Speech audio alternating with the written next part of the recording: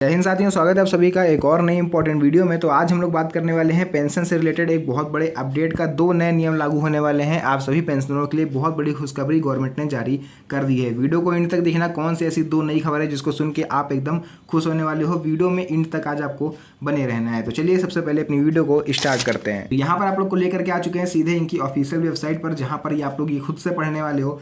लिखा है, भारत में बुजुर्गों के लिए पेंशन एक बहुत जरूरी आर्थिक सहारा है। जैसे जैसे उम्र बढ़ती है वैसे वैसे कमाई के साधन आपके कम होते जाते हैं, आपके हाथ पैर थकते जाते हैं, जिससे आपकी अर्निंग बंद हो जाती है और खर्चे बढ़ जाते हैं। ऐसे में सरकार के द्वारा दी जाने वाली पेंशन योजनाएं बुजुर्गों को सम्मानजनक और सुरक्षित जीवन जीने का मौका देती हैं, लेकिन समय पर पेंशन पाने के लिए कुछ जरूरी नियमों का पालन करना जरूरी है। हाल ही में सरकार ने पेंशन से जुड़े कुछ नए नियम लागू किए हैं, जिनका पालन करने से पेंशन भोगियों को समय पर और बिना किसी परेशानी के पेंशन मिल सकेगी। सबसे बड़ा अपडेट तो गवर्नमेंट ने ये जारी करा है कि अब आपकी एक भी महीने की पेंशन राशि होल्ड नहीं होगी आगे आने वाले महीने से, और जो भी आपकी पेंशन पिछले महीने की रुकी हुई है वो इस महीने में या फिर आने वाले नेक्स्ट मंथ में आपकी पूरी क्लियर कर दी जाएगी, जिससे आपको अब परेशान नहीं होना पड़ेगा अपनी पेंशन राशि के लिए। यहाँ पर हम लोग जानेंगे पेंशन के लिए जरूरी 2 मुख्य नियम। आखिर यहाँ पर कौन से 2 नए नियम गवर्नमेंट ने जारी करे हैं वो हम आपको बता देते हैं, जो आपको थोड़ा सा रिलीफ देंगे।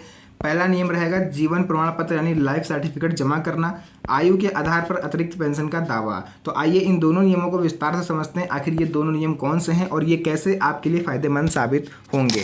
तो यहाँ पर आप लोग देखोगे जीवन प्रमाण पत्र जमा करना जरूरी क्यों होता है। बहुत से लोग कमेंट सेक्शन में मुझसे सवाल पूछते थे, तो आज हम आपका इसका उत्तर देने वाले हैं। हर पेंशन भोगी को हर साल अपना जीवन प्रमाण पत्र यानी लाइफ सर्टिफिकेट जमा करना होता है।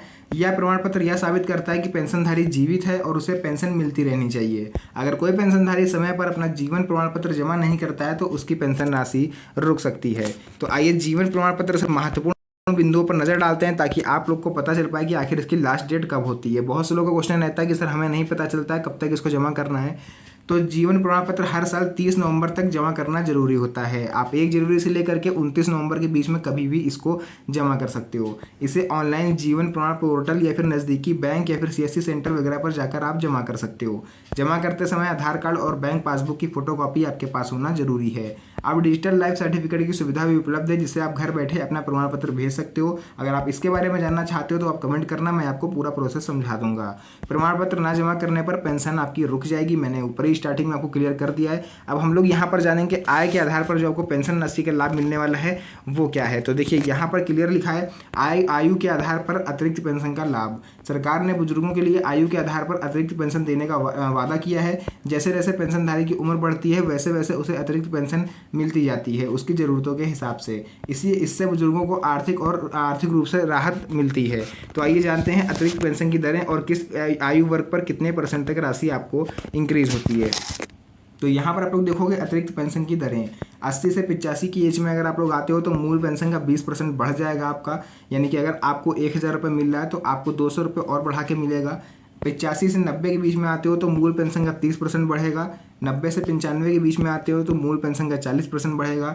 95 से 100 50% बढ़ेगा। एंड बहुत कम चांसेस होते हैं, अगर आप 100 प्लस चले गए तो आपकी पेंशन जस्ट डबल कर दी जाएगी। तो ये होते हैं आयु के आधार पर आपकी पेंशन राशि इंक्रीज होती है, और ये न्यूज़ बिल्कुल पूरी तरह से सच है। 101% न्यूज़ ये कन्फर्म है और ऐसा गवर्नमेंट करती भी है। यहाँ आप लोग देख सकते हो लिखा है, यह अतिरिक्त पेंशन उसी महीने से मिलना शुरू होती है जिस महीने पेंशनधारी निर्धारित उम्र को पूरी करता है। इसके लिए उम्र का प्रमाण पत्र देना जरूरी होता है, जो कि नगर पालिका या नगर निगम होना जरूरी है। तो आइए हम लोग यहाँ जान लेते हैं नए पेंशन रूल के मुख्य बदलाव के बारे में।